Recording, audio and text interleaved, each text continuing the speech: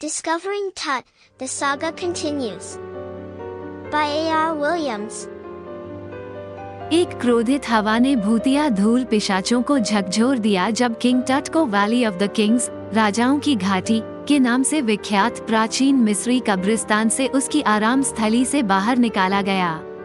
दिन भर काले रंग के बादल रेगिस्तान के इस नभ पर छा रहे थे और अब भूरे रंग की अपनी पिटारी में मानो तारों पर भी पर्दा डाल रहे थे।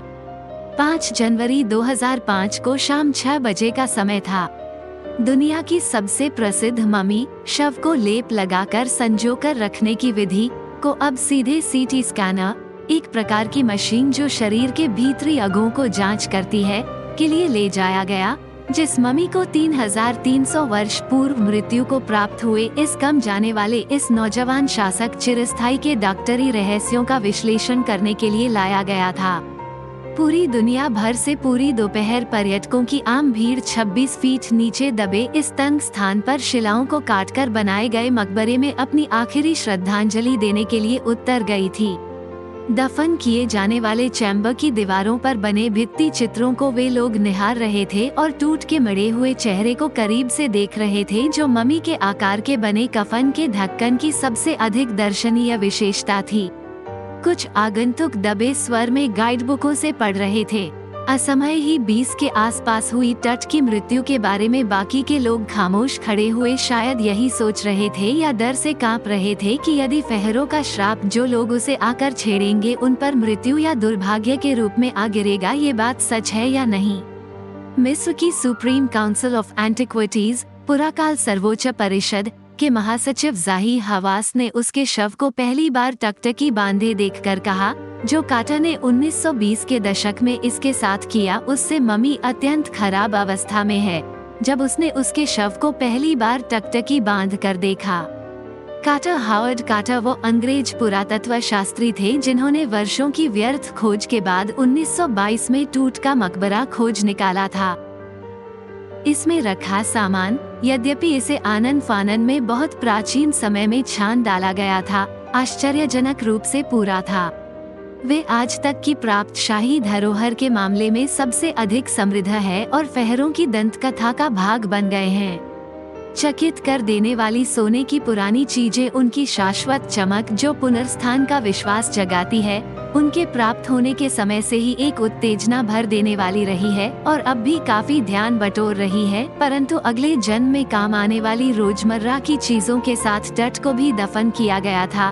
बोर्ड पर खेले जाने वाले खेल कांस्य का बना शेविंग रेलर, लिनन के अधोवस्त्र, भोजन और शराब के डिब्बे, फेडरों के शवगृह से प्राप्त खजानों का महीनों तक ध्यानपूर्वक अध्ययन करने के बाद कार्टर ने उसके 3 बंद कफनों की छानबीन शुरू की।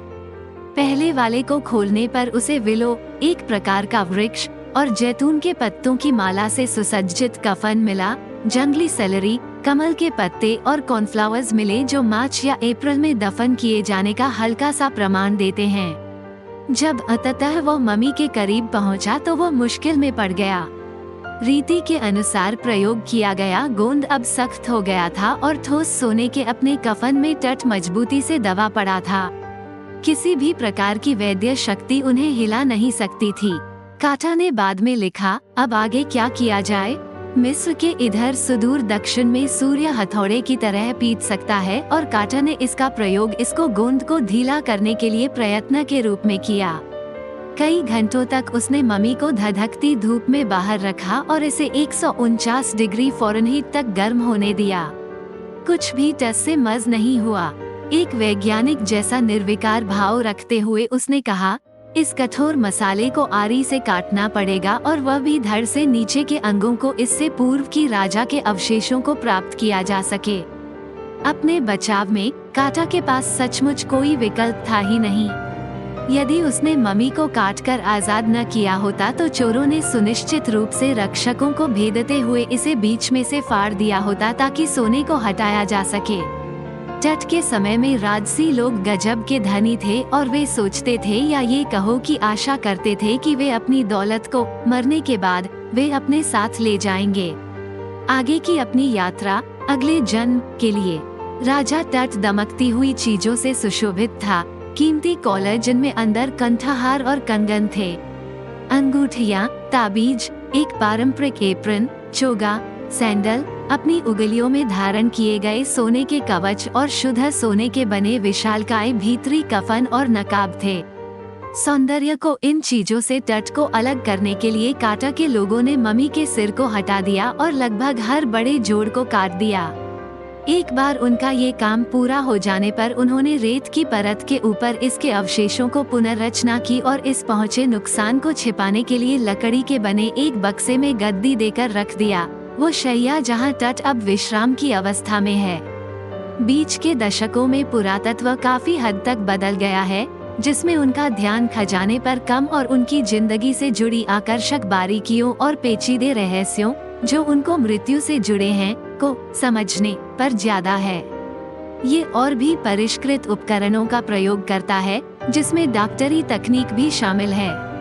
काटा की खोज के 40 से भी अधिक वर्षों के बाद 1968 में शारीरिक संरचना के एक प्रोफेसर ने मम्मी का एक्स-रे किया और एक चौंकाने वाला तथ्य प्रस्तुत किया। उसको छाती के नीचे जहां पर गोंद लगी हुई है, उसको छाती की हड्डी और सामने की पसलियां गायब हैं।